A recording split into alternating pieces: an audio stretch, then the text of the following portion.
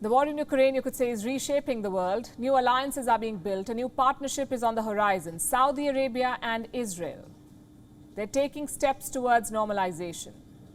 This would have been unimaginable a few years ago. Donald Trump's Abraham Accords started the process. Now Joe Biden could finish it. Today, Riyadh made an announcement. Saudi Arabia opened its airspace to all Israeli carriers.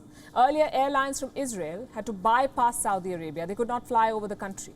But now they can. In fact, there are more benefits for Israel.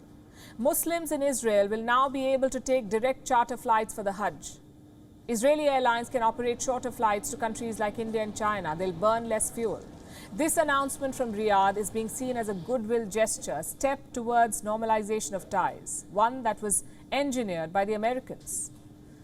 American diplomats have been working behind the scenes for a while now. A series of moves are planned. The opening up of the Saudi airspace is just one part of the plan. The US president took a rare victory lap today. Joe Biden flew from Tel Aviv to Jeddah. He's become the first world leader to fly directly from Israel to Saudi Arabia. Before that flight, he sent out this message. I'll be the first American president to fly from Israel directly to Jeddah, Saudi Arabia. That represents important progress. And when I see the Saudi leadership tomorrow, I'll be carrying a direct message of peace and extraordinary opportunities that a more stable and integrated region could bring to the region and, quite frankly, the whole world. As we work together toward greater integration. Greater integration is Biden's message. How will the US president make that happen? While he was in Israel, he discussed a deal. It's about the Red Sea Islands. Quick background. The Red Sea Islands are two islands, Tiran and Sanafir.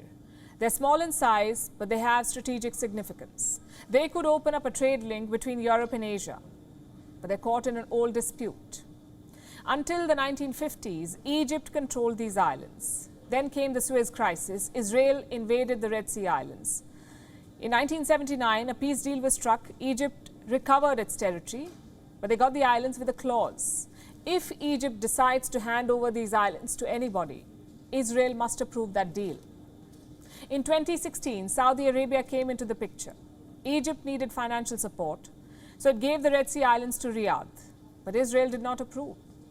And since 2016, it has been blocking the handover. Now that has changed. Israel has green-lighted the transfer. During Biden's visit, Israel approved the deal.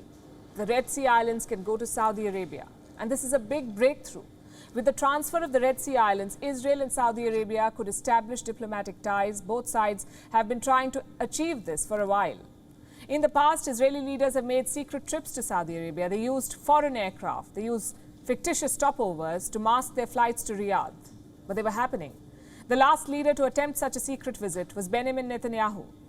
He is believed to have visited Saudi Arabia in 2020. Reports say he even met Saudi Crown Prince Mohammed bin Salman, but he was not able to get a deal.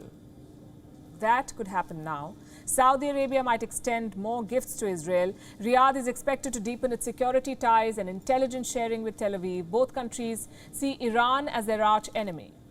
So a new security arrangement could focus on Iran and its activities in West Asia. What about full normalization? Israel's caretaker Prime Minister Yair Lapid is optimistic. You will travel to Saudi Arabia. Your visit to Saudi Arabia is important for Israel and for the entire region, for our security and for the future and prosperity of the Middle East. We are obligated to be cautious at every step, but to any country, any nation that wants peace and normalization with us, we say, Ahlan wa sahlan, shalom, welcome.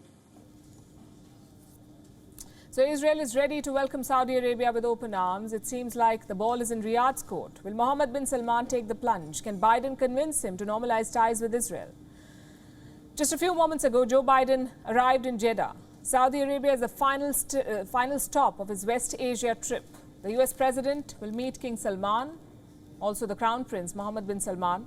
Biden has a thorny relationship with MBS. Remember, as a presidential candidate, he wanted to turn Saudi Arabia into a global pariah. It remains to be seen how their dialogue will unfold. Biden is also trying to convince Gulf states to release more oil.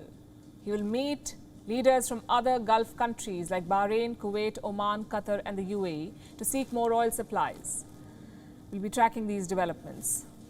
WION is now available in your country. Download the app now and get all the news on the move.